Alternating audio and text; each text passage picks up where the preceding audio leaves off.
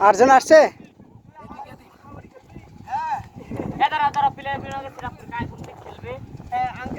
দাঁড়াও এখন আগে প্লেয়ার সিলেক্ট করে নিক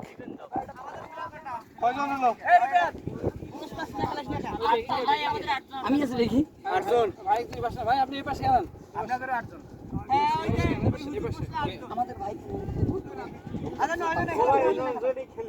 খেলেন আমাদের অনেকে খেলে এই পাশে মহারাজ ভাই হ্যাঁ হইছে